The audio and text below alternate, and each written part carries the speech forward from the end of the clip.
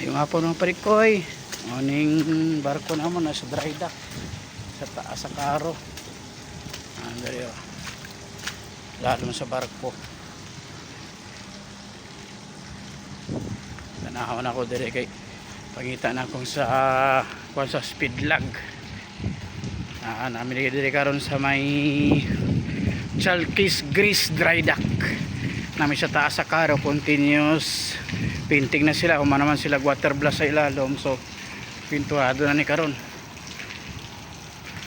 sa pitsa 25 manaog namin diri sa karo karon. Hapit naman tanaw ato sa popa ni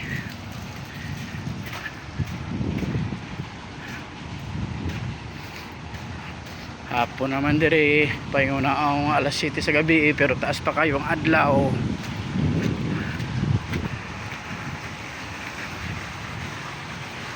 Bukas ang drainage, asa ka nga drainage diri.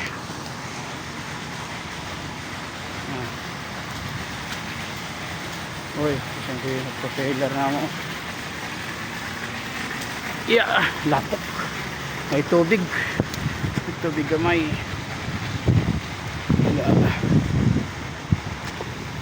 Chalkis Grease dry dock shipyard.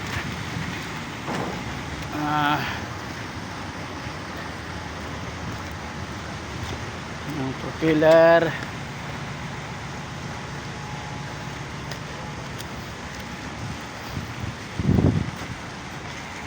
ang barko nasa lalong ang dire kay check na ako ang kon sa barko asa to sa speed lag pikita na ako dire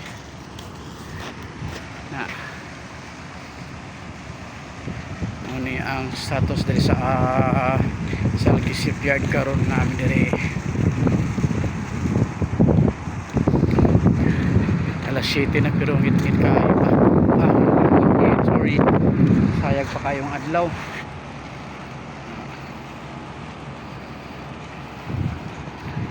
Manaw pintura sa may kostado sa Chalkis. Yan kayo sa taas eh. Balik ta sa taas kay init.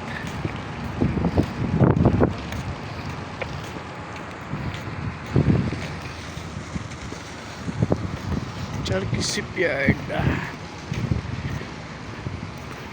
Na tayo balik na sa taas kay hagpok ang init. Alas 7 na pero init kapon.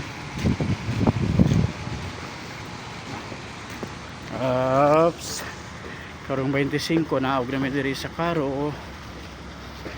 Aman sa karo pauli nami kay 11 months on board nami. Karon 10 months and half na going to 11 months on board.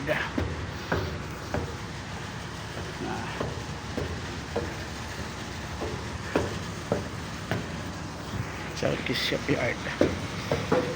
Yeah.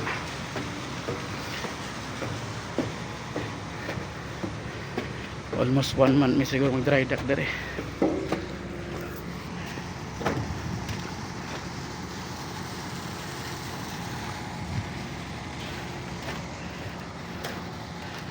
Ang barko init init wait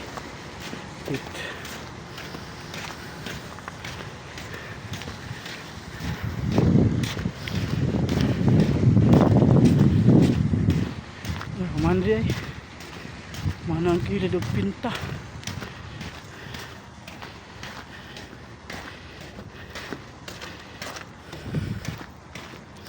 kapoy sa kaoy taas sa haon man. Aray